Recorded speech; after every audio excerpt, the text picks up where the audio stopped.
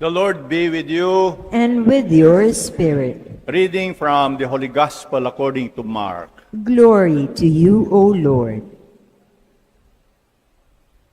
Jesus and his disciples set out for the villages around Caesarea Philippi. On the way, he asked his disciples this question: "Who do people say that I am?" And they replied, "Some, John the Baptizer, others, Elijah, still others, one of the prophets. And you," he went on to ask, "who do you say that I am?" Peter answered him, "You are the Messiah." Then Jesus strictly ordered them not to tell anyone about him. He then began to teach them that the Son of Man had to suffer much, be rejected by the elders, the chief priests, and the scribes, be put to death, and rise 3 days later. He said this quite openly. Peter then took him aside and began to remonstrate with him. At this, Jesus turned around and, eyeing the disciples, reprimanded Peter in turn. "Get out of my sight, you Satan. You are not judging by God's standards, but by man's." He summoned the crowd with his disciples and said to them, "If a man wishes to come after me, he must deny his very self, take up his cross, and follow in my steps. Whoever would save his life will lose it, but whoever loses his life for my sake and the gospel's will save it." The gospel of our salvation. Praise to you, Lord Jesus Christ.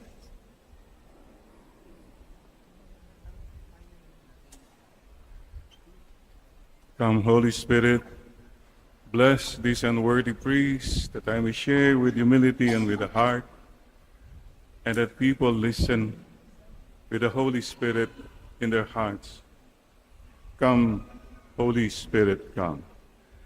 Sisters and brothers, may we all just bow our heads. And you're here this Sunday. I am here. I'm back. 30 days of journey and hard work. And today,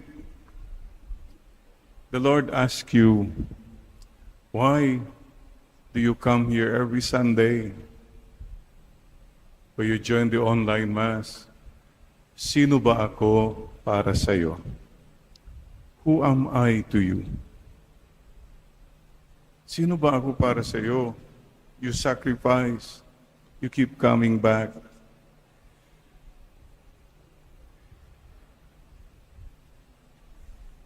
Today, tell the Lord again, Lord,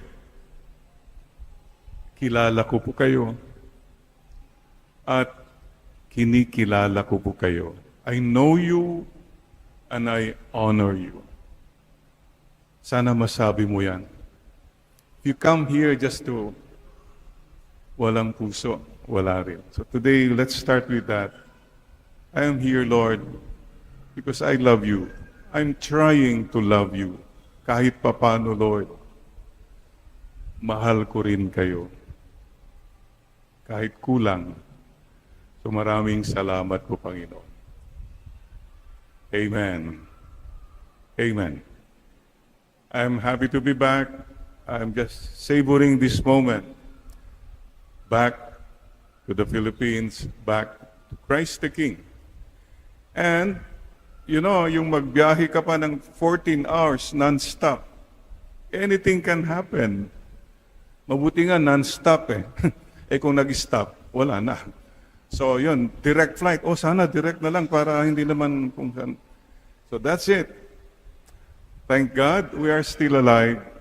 Pakisabi mo lang sa katabi mo, salamat, buhay ka pa. Salamat, buhay pa tayo. magkakasama ulit tayo. Amen. Thank you, Padre John. Amen, Lord. Amen. Today, mayroon pong kwento sa court. Trial lawyer, may witness. Tinanong niya yung nasa stand, who stabbed you? Kasi nasaksak kasi yata yan. Hindi sumasagot yung witness. Who stabbed you? Hindi sumasagot. And then the judge said, translator, translate mo yan. Who stabbed you? Sabi ng translator, sino? Si Tabio. Yun, lost in translation. Sino? Si Kristo sa iyo. That's the bottom line. Why did I go to America? And it was not easy. Going around different churches. Legwork. Why? Because a mission for the Lord. Klaro po yun. Sana po ang prayer ko po sa ating lahat. Fast forward. We will come before God face to face someday. At that point, sana masabi ko rin, Lord, alam po nyo, minahal ko rin kayo nung buhay pa ako. Yung masasabi ko, Lord, I tried my best. Hindi lang po yung ginawa ko lang kasi just for the show, just for the money. No. Sapagkat mahal ko rin po kayo. This is what the Lord is asking all of us here today. That we do not just know Him. We call ourselves Christians. Pero wala talaga sa puso eh. That's what we're praying in this Mass.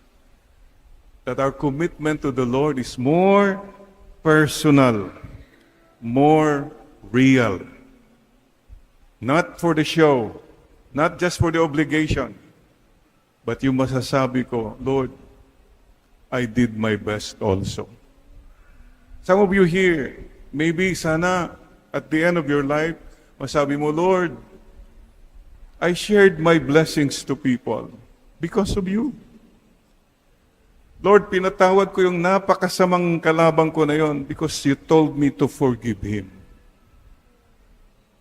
That is the meaning of making a commitment to the Lord today. Maybe you can say, Lord, may sakit ako, but I did not complain because alam ko po mahal niyo ako.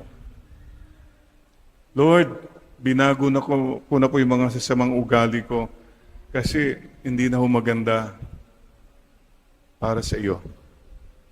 God wants not only your lip service. Lip service yung daliyang magbigkas eh. God wants your life service. God wants your heart. Kaya magandang tanong, close ka ba kay Lord? Baka akala mo lang. Close tayo. May closure dapat. Sabi ni Lord, closure. Close tayo. Are you sure? Yun po. And in humility, we do this in humility. Wala po tayong pwedeng ipagyabang sa Diyos. Yung sasabihin mo, Father, nagsisilbi naman ako sa simbahan, ganito ako, etc. Hello. God wants your heart. God wants my heart. So I look back at the mission in America, I look at it as a gem. God encounter moments. What mattered most for me is that people experience God kahit papano. When they joined me, when we met, encountered them. Yun po ang pinaka-importante. Never mind the long journeys, never mind yung mga abala, may mga problema, never mind. Because you focus on God encounter moment. Every Sunday, you come here for God encounter moment. Sana po, keep that in mind. When you can tell the world, I don't know what you say, anong sinasabi nyo, basta importante sa akin, kahit papano, minamahal ko rin ang Panginoon ko. Yun lang po, siguro. Who is Christ for you? Thank you, and please remember you two are a gem. God, encounter, maker. You and I can make the encounter of God real. Like when you do something good, when you say something good to the person beside you. Sige nga, say something good nga sa katabi mo. Okay ka ha, salamat, huwag kang nagte-text dyan, o gano'n. That's a God encounter moment. See? You have become a gem. When you say to somebody, pinapatawad na kita, you have become a gem. Lahat po tayo, sana, let's become a gem. So, thank you very much, Lord. I'm very happy. Well, there were long drives. Thank you po, Corona, San Diego, mga kaibigan natin dyan, salamat po sa mga kaparian, the priests who welcomed us, the families who hosted, the organizers, salamat po. Chicago, wow, I went to Techni, yung bahay ng SBD doon. Halos maiyak po ako. I've heard about Techni since I was 12 years old. I've never been there. And that's where all our missionary from America were coming from. Oh my gosh, we went to the cemetery. Beautiful. Sa akin, those were the gems. Never mind yung may mga delay sa flight, may mga kung anong mga rumors, forget it. That's not what's important. I am here because of the Lord. Sana rin ganun po ang ating mindset. Always focus on the Lord, not on the load. Listen to what God is saying, not what others are saying. Some of us are always worried what others say.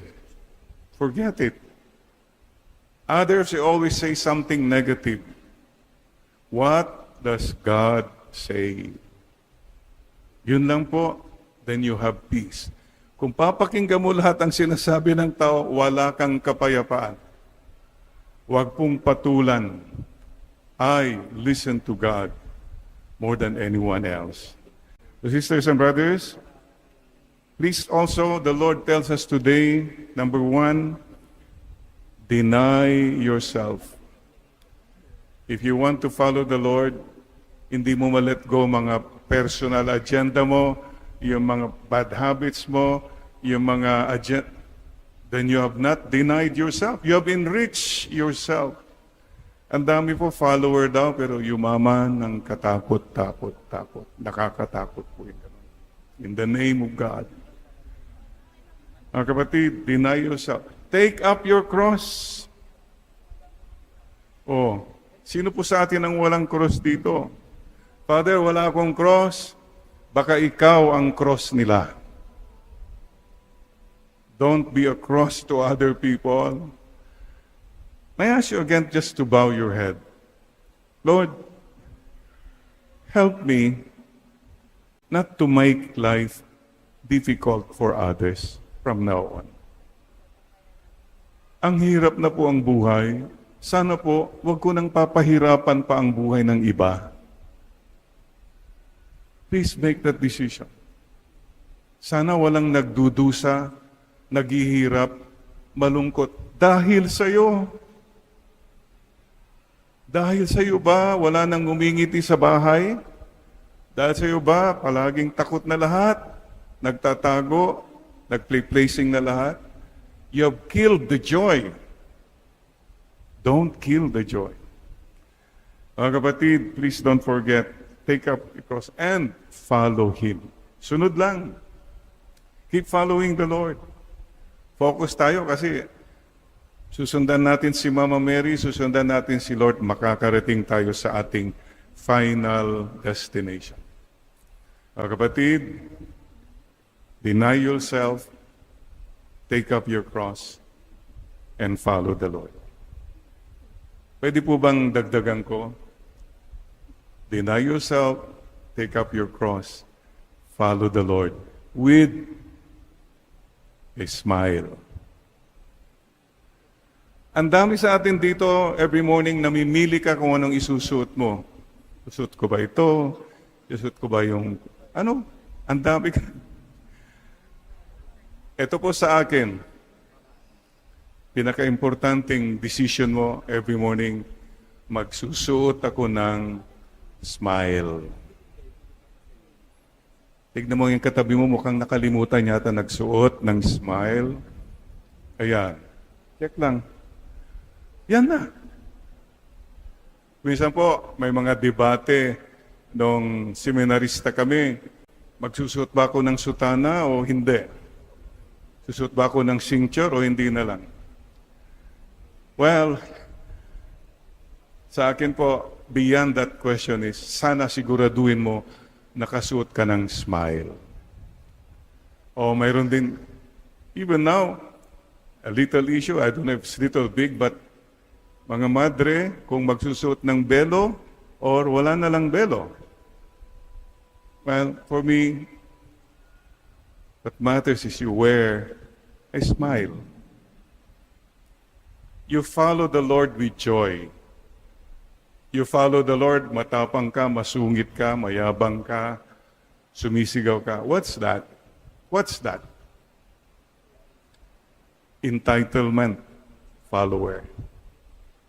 We follow the Lord in humility. You know why?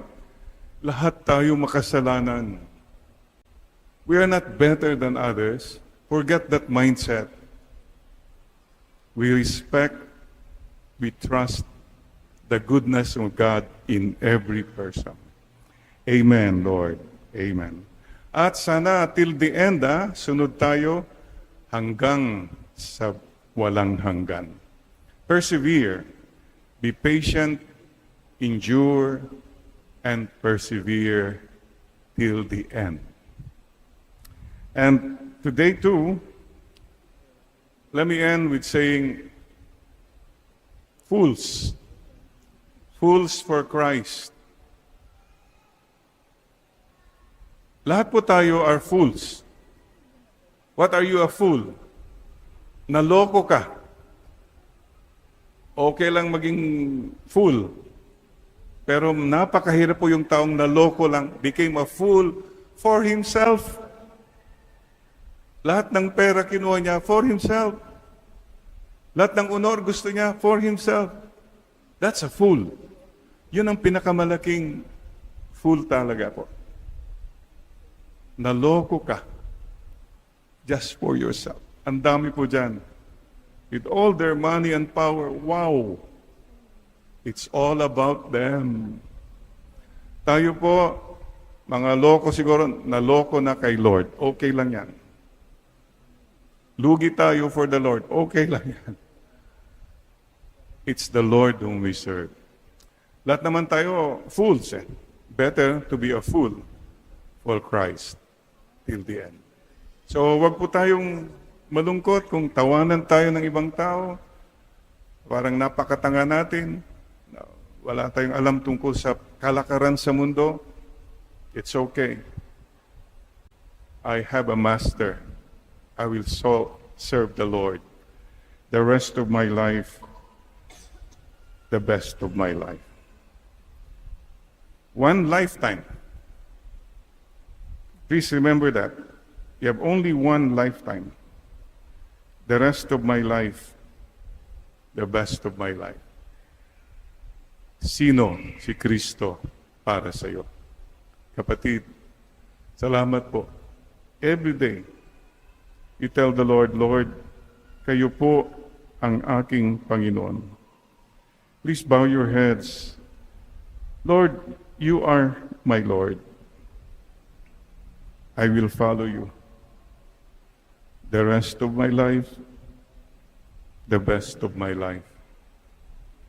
As for me and for my house, we will serve the Lord. I will serve you, Lord.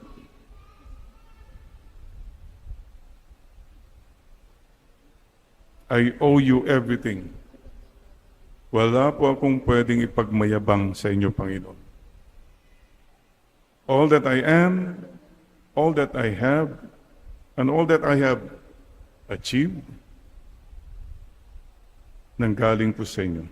So today, again, I tell you, Lord, you are my Lord and my God. Please help me to rise above my life concerns, my problems, my agenda, and focus more on what I can be, what I can still do for you and for your people. At salamat din po sa cross sa buhay ko. And as I experience the cross, help me to remember that you are in the cross. Na sana po I come closer to you because of my sickness, because of my pain, my hurts. Yes, Lord. And I become a better person, not a bitter person from now on. Salamat po, Mama Mary, for teaching us to follow Jesus. Not just halfway, but all the way. At sana, Lord, reminder for us here today, help us to remember that people are more important than our gadgets, our computers, and so forth. Help us not to lose touch of people, heart to heart. So maraming salamat po, Panginoon. Stay with us. Again, who is Christ for you? Lord, you are my Lord, my God, my Master. I will serve you. Amen, Lord. Amen.